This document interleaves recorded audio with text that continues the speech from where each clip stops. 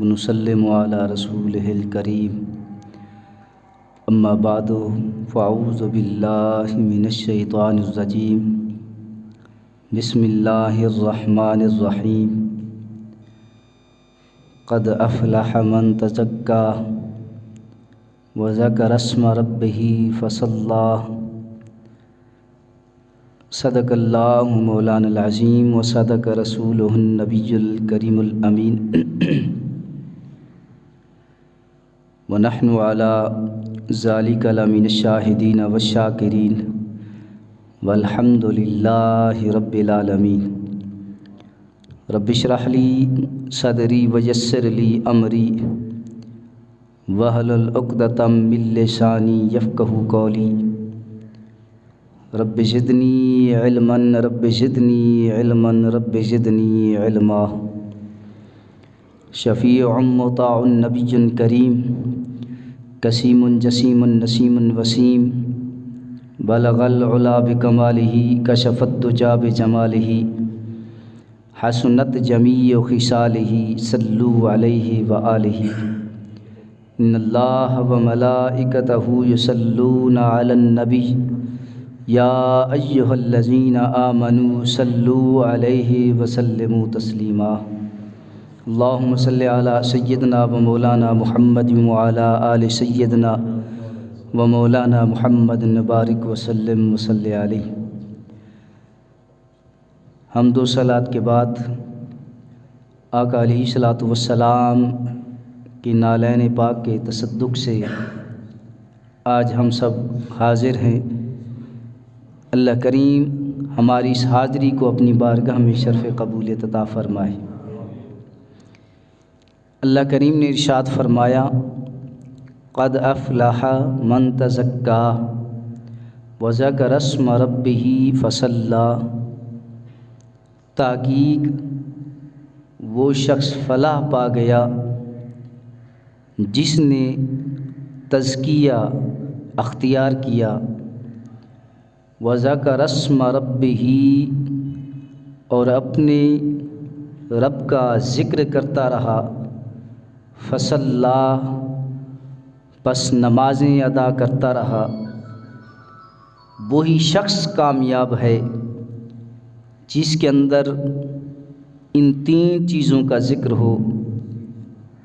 جس شخص کے اندر یہ تین چیزیں موجود ہوں وہی شخص کامیاب ہے۔ پہلی چیز اللہ کریم نے جو ذکر فرمائی وہ تزکیہ نفس ہے۔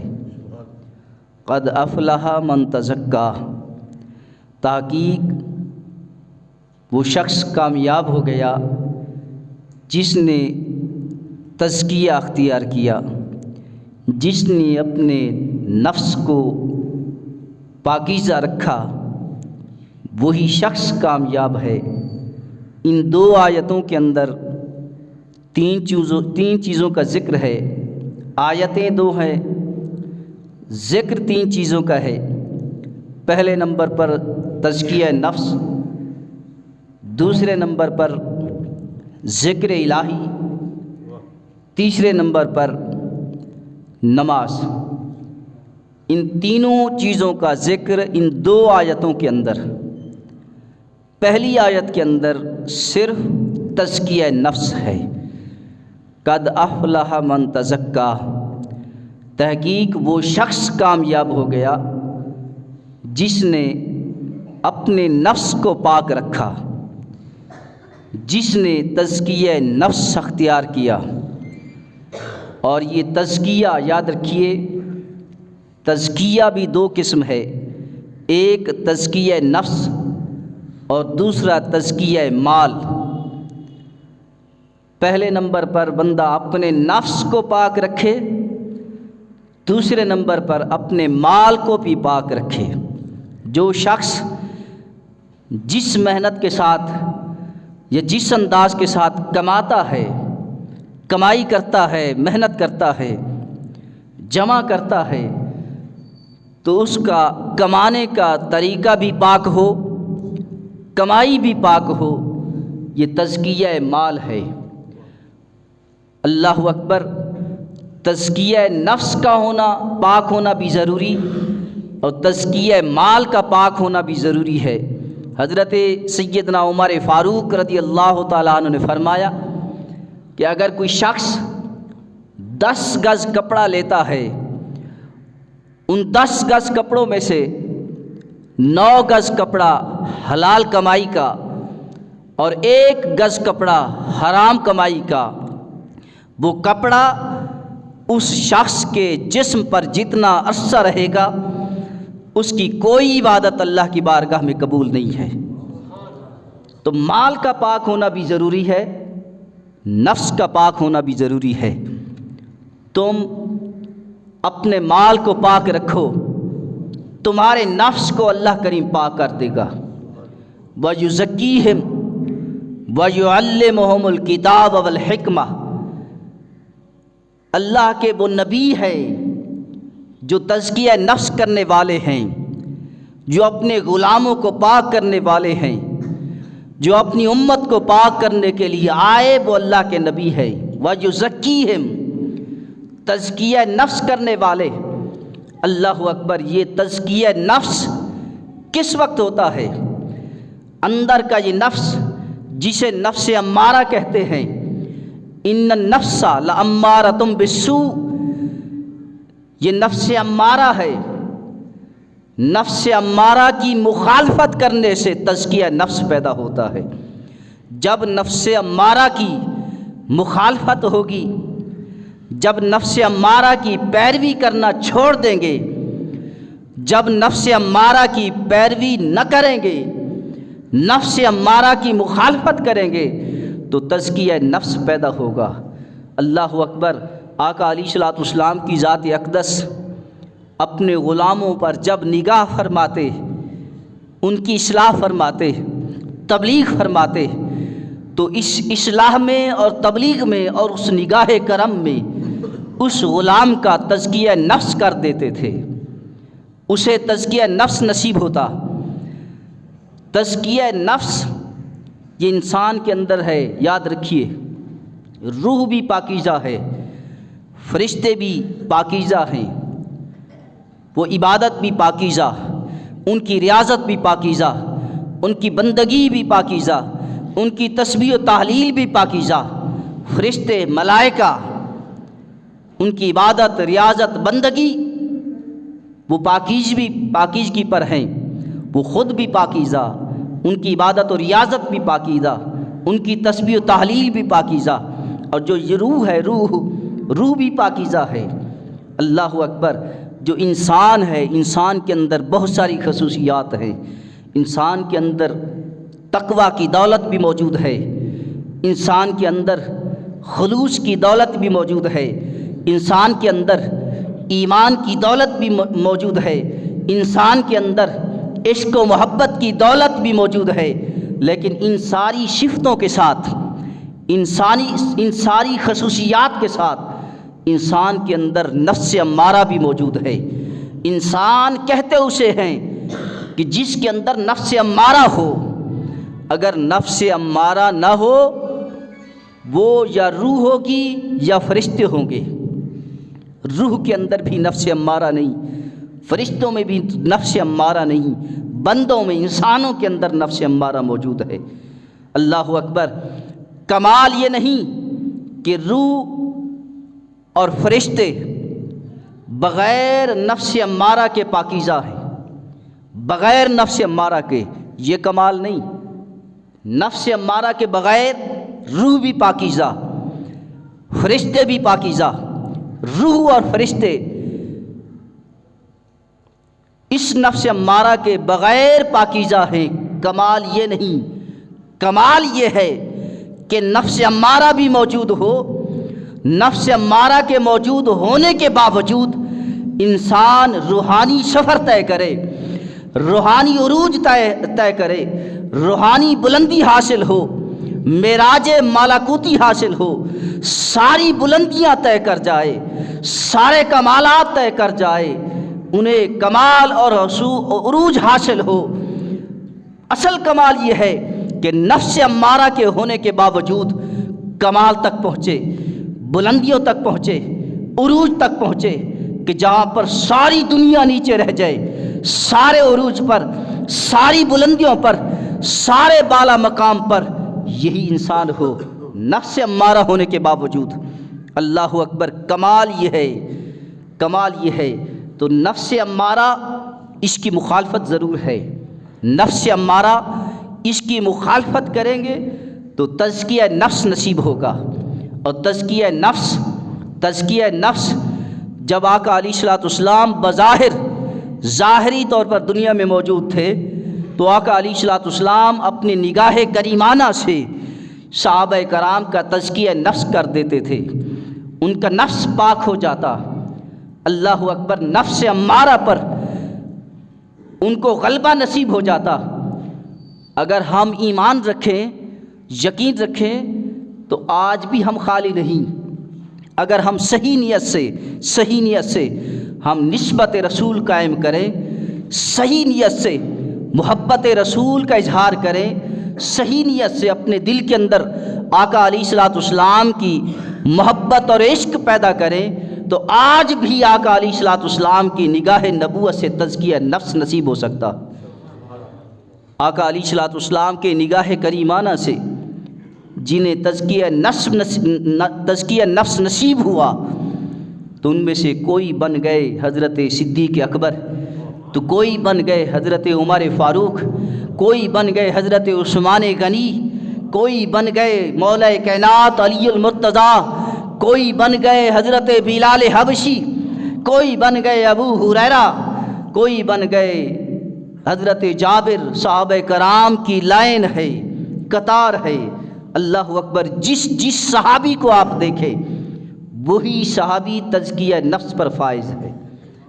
یہ نگاہ مصطفیٰ کا یہ عالم ہے، آقا علیہ الصلوۃ والسلام کی نگاہ کریمانہ کا، آقا علیہ الصلوۃ والسلام کی صحبت کا یہ اثر ہے، آقا علیہ الصلوۃ والسلام کی تربیت کا یہ اثر ہے، آقا علیہ الصلوۃ والسلام کی اصلاح کا، تبلیغ کا یہ اثر ہے کہ صحابہ کرام تزکیہ نفس کے پیکر بن چکے تھے۔ اللہ اکبر، یہی حضرت سیدنا صدیق اکبر تھے کہ جس کے بارے میں آقا علیہ الصلوۃ والسلام نے فرمایا کہ تم میں سے صحابہ کرام موجود تھے، میرے آقا علیہ الصلوۃ والسلام تشریف فرما تھے، صحابہ کرام موجود تھے، اور میرے آقا علیہ الصلوۃ والسلام نے صحابہ سے پوچھا، اے صحابہ کوئی جنتی شخص تم دیکھنا چاہتے ہو؟ صحابہ نے عرض کیا، یا رسول اللہ ہاں۔ میرے آقا نے انگلی کا اشارہ کیا، فرمایا فَلْيَنْظُرْ إِلَىٰ أَبِي بَكْرٍ الصِّدِّيقِ رضی اللہ تعالیٰ عنہ، جس نے جنتی شخص کو دیکھنا ہو وہ صدیق اکبر کو دیکھے۔ اور ایک حدیث کے اندر ہے میرے آقا علیہ الصلوۃ والسلام تشریف فرما تھے، صحابہ کرام کا جھرم اٹھا، میرے آقا نے سوال کیا، پہلا سوال کیا، میرے آقا نے فرمایا تم میں سے کوئی شخص ایسا ہے جو آج روزے سے ہو؟ حضرت صدیق اکبر کھڑے ہو گئے، عرض کیا یا رسول اللہ میں روزے سے ہوں۔ میرے آقا نے دوسرا سوال کیا، تم میں سے کوئی شخص ایسا ہے جو آج کسی کا جنازہ پڑھ کر آیا ہو، جنازے کے اندر شریک ہوا ہو؟ سیدنا صدیق اکبر کھڑے ہو گئے، عرض کیا یا رسول اللہ آج میں جنازے کے اندر شریک ہوا، جنازہ پڑھا ہے۔ میرے آقا نے تیسرا سوال کیا، تم میں سے کوئی شخص ایسا ہے جو آج کسی مسکین کو کھانا کھلایا ہو؟ حضرت صدیق اکبر کھڑے ہو گئے، یا رسول اللہ آج میں نے مسکین کو کھانا کھلایا۔ میرے آقا نے چوتھا سوال کیا، تم میں سے کوئی شخص ایسا ہے جو آج کسی بیمار کی عیادت کر کے آیا ہو؟ سیدنا صدیق اکبر کھڑے ہو گئے، عرض کیا یا رسول اللہ آج میں مریض کی عیادت کر کے آیا ہوں۔ میرے آقا نے فرمایا صحابہ سن لو، جس شخص کے اندر یہ سارے خصوصیات ہوں وہ شخص جنتی ہے، جس شخص کے اندر یہ ساری خوبیاں ہوں وہ شخص جنتی ہے۔ اور میرے آقا علیہ الصلوۃ والسلام نے فرمایا خصال کی، خصلتوں کی، خصال الخیر، اچھی خصال کی، اچھی خصلتوں کی، میرے آقا علیہ الصلوۃ والسلام نے فرمایا 360 قسمیں ہیں۔ کتنی قسمیں ہیں؟ 360 قسمیں۔ میرے آقا نے فرمایا اللہ کریم جس کے ساتھ بھلائی کا ارادہ فرماتا ہے تو 360 قسموں میں سے ایک قسم اس کے اندر رکھ دیتا ہے، ایک قسم۔ اور 360 ان قسموں میں سے ایک قسم اللہ کریم جس کے اندر رکھ دے وہ شخص جنتی ہے، وہ شخص جنتی ہے۔ میرے لفظوں کو غور سے سمجھنا، 360 قسمیں، 360 قسموں میں سے ایک قسم بھی اگر کسی کے اندر اللہ کریم رکھ دے تو وہ شخص جنتی ہے۔ حضرت صدیق اکبر رضی اللہ تعالیٰ عنہ نے عرض کیا، یا رسول اللہ صلی اللہ علیہ وسلم، 360 قسموں میں سے کوئی ایک قسم بھی میرے اندر ہے خصال الخیر کی، خصال الخیر کی 360 قسموں میں سے کوئی ایک قسم بھی میرے اندر ہے۔ میرے آقا علیہ الصلوۃ والسلام نے فرمایا، اے ابو بکر تو پوچھتا ہے کہ 360 میں سے کوئی ایک خصلت تیرے اندر ہو، میں نبی ہو کر کہتا ہوں ایک نہیں، دو نہیں، 360 کی ساری قسمیں تیرے اندر موجود ہے، ساری صفتیں، ساری خصلتیں تیرے اندر موجود ہے۔ اللہ اکبر، یہ تزکیہ نفس کا پیکر اور یہ مقام صدیق اکبر، مقام صحابہ، یہ مقام نگاہ مصطفیٰ سے۔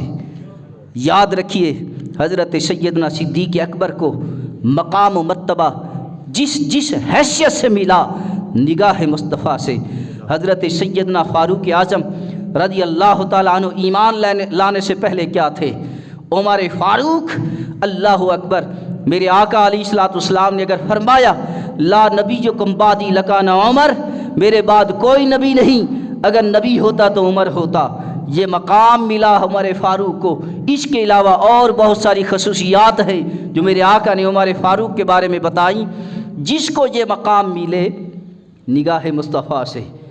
حضرت عثمان غنی مولا کائنات، جس صحابی کی آپ سیرت پڑھیں، جس صحابی کی آپ تاریخ پڑھیں، جس صحابی کو آپ پڑھیں، اللہ اکبر، عشق مصطفیٰ کے اندر غرق ہے، عشق مصطفیٰ میں وہ مست ہے۔ اللہ اکبر، حضرت سیدنا صدیق اکبر رضی اللہ تعالیٰ عنہ تشریف فرما تھے۔ حدیث پاک میں ہے، میرے آقا علیہ الصلوۃ والسلام نے فرمایا، صحابہ کرام کا جھرمٹ تھا، یہ ساری حدیثیں عرض کر رہا ہوں۔ میرے آقا علیہ الصلوۃ والسلام نے فرمایا، جب حشر کا دن ہوگا لوگ بہشت کے اندر داخل ہوں گے، بہشتی جو بہشتی ہوگا بہشت کے اندر داخل ہوگا تو بہشت کے 8 دروازے ہیں، اسی لیے اسے حشت بہشت کہتے ہیں۔ یہ فارسی کا لفظ ہے بہشت، عربی کا لفظ بھی ہے، فارسی کا لفظ زیادہ ہے بہشت، حشت کہتے ہیں 8 کو، یعنی 8 دروازوں والی، 8 دروازوں والی۔ اور جو جنتیں ہیں، جنتوں کی بھی کئی قسمیں ہیں، ان میں سے اعلیٰ قسم جنت الفردوس ہے، جنت الفردوس۔ اسی لیے آقا علیہ الصلوۃ والسلام کا بھی فرمان ہے کہ جب سوال کرو جنت کا تو جنت الفردوس کہو، جنت الفردوس۔ ساری جنتوں سے اعلیٰ عرفہ جنت جنت الفردوس ہے۔ لہذا بہشت 8 دروازوں والی، 8 دروازے ہوں گے۔ ایک دروازہ باب الجہاد، دوسرا باب الصلاۃ، تیسرا باب الزکوٰۃ، چوتھا باب الحج۔ اسی طرح دروازوں کے نام ہوں گے۔ آقا علیہ الصلوۃ والسلام نے فرمایا، جو نماز پڑھنے والے ہیں باب الصلاۃ سے پکار ہوگی، نمازی اس دروازے سے داخل ہوں۔ جو زکوٰۃ دینے والے ہیں زکوٰۃ کے دروازے سے پکار ہوگی، زکوٰۃ دینے والے اس دروازے سے داخل ہوں۔ جو باب الحج ہے، جو حج کرنے والے ہیں انہیں حج کے دروازے سے پکار ہوگی، حج کرنے والے اس دروازے سے داخل ہوں۔ جہاد کرنے والے جہاد کے دروازے سے پکار ہوگی کہ جہاد کرنے والے اس دروازے سے داخل ہوں گے۔ اللہ اکبر، حضرت سیدنا صدیق اکبر رضی اللہ تعالیٰ عنہ نے حضور کی خدمت میں عرض کیا، یا رسول اللہ صلی اللہ علیہ وسلم، نمازی کو نماز کے دروازے سے، زکوٰۃ دینے والے کو زکوٰۃ کے دروازے سے، جہاد کرنے والے کو جہاد کے دروازے سے، حج کرنے والے کو حج کے دروازے سے پکار ہوگی۔ یا رسول اللہ، کوئی شخص ایسا بھی ہے کہ جسے ہر دروازے سے پکار ہو؟ کوئی شخص ایسا بھی ہے جسے ہر دروازے سے پکار ہو؟ میرے آقا نے فرمایا، قسم بخدا میں اللہ کی ذات سے امید رکھتا ہوں وہی شخص تم ہو۔ جسے ہر دروازے سے پکار ہوگی، جنت کا حج کا دروازہ ہوگا تو پکار ہوگی ابو بکر، زکوٰۃ کا دروازہ ہوگا پکار ہوگی ابو بکر، نماز کا دروازہ ہوگا پکار ہوگی ابو بکر۔ میرے آقا نے فرمایا میں اللہ کی قسم اٹھا کر کہتا ہوں، میں اللہ کی ذات پر امید رکھ کر کہتا ہوں کہ جس شخص کو ہر دروازے سے پکار ہوگی وہ ابو بکر صدیق ہے، وہ ابو بکر صدیق ہے۔ ساری حدیثیں اپنی جگہ پر، اور یہ جو حدیث عرض کر رہا ہوں، اللہ اکبر، جب یہ حدیث میں خود پڑھتا ہوں تو میرے رونگٹے کھڑے ہو جاتے ہیں، نیند ختم ہو جاتی ہے، رات کو کافی دیر تک مجھے نیند نہیں آتی۔ اللہ اکبر، حدیث ساری حدیثیں معتبر ہیں، ساری حدیثیں اعلیٰ و عرفہ ہیں، لیکن جب اس حدیث کو پڑھتا ہوں کہ اس حدیث کے اندر حضرت صدیق اکبر کی جو شان بیان کی گئی، اللہ اکبر، میرے رونگٹے وجود پر کپ کپی بعض اوقات طاری ہو جاتی ہے کہ یہ مقام حضرت صدیق اکبر کا۔ اللہ اکبر، میرے آقا نے فرمایا، حدیث کا مفہوم عرض کر رہا ہوں، حدیث کا، میرے آقا علیہ الصلوۃ والسلام نے فرمایا کہ دنیا کے اندر میں نے ہر شخص کا احسان چکا دیا ہے۔ میرے لفظ کو غور سے سمجھنا، آپ یہ نہ دیکھا کریں کہ تقریر کرنے والا کون ہے، بیان کرنے والا کون ہے، پیمانہ نہ ناپا کریں، آپ یہ دیکھا کریں کہ بات کس کی ہو رہی ہے۔ اللہ اکبر، میرے آقا علیہ الصلوۃ والسلام نے فرمایا دنیا کے اندر میں نے ہر شخص کا احسان چکا دیا ہے سوائے صدیق اکبر کے۔ اللہ اکبر، جو ساری کائنات کا مالک ہو، جو امام الانبیاء ہو، جو محبوب خدا ہو، جس کی قسمیں قرآن کے اندر اللہ کریم خود اٹھا رہا ہے کہ جس کی شان کے اندر سارا قرآن نازل ہو، وہ امام الانبیاء اپنی زبان سے اپنے غلام کے بارے میں کہے کہ میں نے ہر شخص کا احسان چکا دیا سوائے صدیق اکبر کے۔ اللہ اکبر، میرے آقا نے فرمایا جب حشر کا دن ہوگا تو پھر اللہ کریم خود صدیق اکبر کا احسان چکائیں گے۔ اللہ اکبر، جس کا احسان چکانے والا خود رب کائنات ہو، کیا اس کے جنتی ہونے میں شک کرتے ہو؟ جس کا احسان خود رب چکائے، اور آج نہیں، اس وقت نہیں، 1400 سال بعد نہیں، 2000 سال بعد نہیں، اس دن جسے حشر کا دن کہتے ہیں، وہ دن جو میزان کا دن ہوگا، وہ دن جس دن فیصلے ہوں گے جنتی کون ہے، جہنمی کون ہے، اس دن جب اعمال کا حساب و کتاب ہوگا، اللہ اکبر، نیکیوں کا پلڑا ہوگا، برائیوں کا پلڑا ہوگا، فیصلے ہو رہے ہوں گے، یہ جنتی ہے، یہ جہنمی ہے۔ اللہ اکبر، اس وقت، اس میزان کے وقت، اس حشر کے دن جب اللہ کریم خود حضرت صدیق اکبر کا احسان چکائیں گے تو پھر کیا مقام ہوگا اس وقت حضرت صدیق اکبر کا، کیا مقام ہوگا۔ اللہ اکبر، اسی لیے فرمایا فَلْيَنظُرْ إِلَىٰ أَبِي بَكْرٍ الصِّدِّيقِ رضی اللہ تعالیٰ عنہ، جس نے جنتی شخص کو دیکھنا ہو وہ صدیق اکبر کو دیکھے۔ لہٰذا اپنے اندر تزکیہ نفس پیدا کرو، تزکیہ نفس امارہ کی مخالفت سے ہوگا، اور آقا علیہ الصلوۃ والسلام کی عشق و محبت اور نسبت سے ہوگا۔ دعا کریں اللہ کریم ہم سب کو عمل کی توفیق عطا فرمائے۔ وآخر دعوانا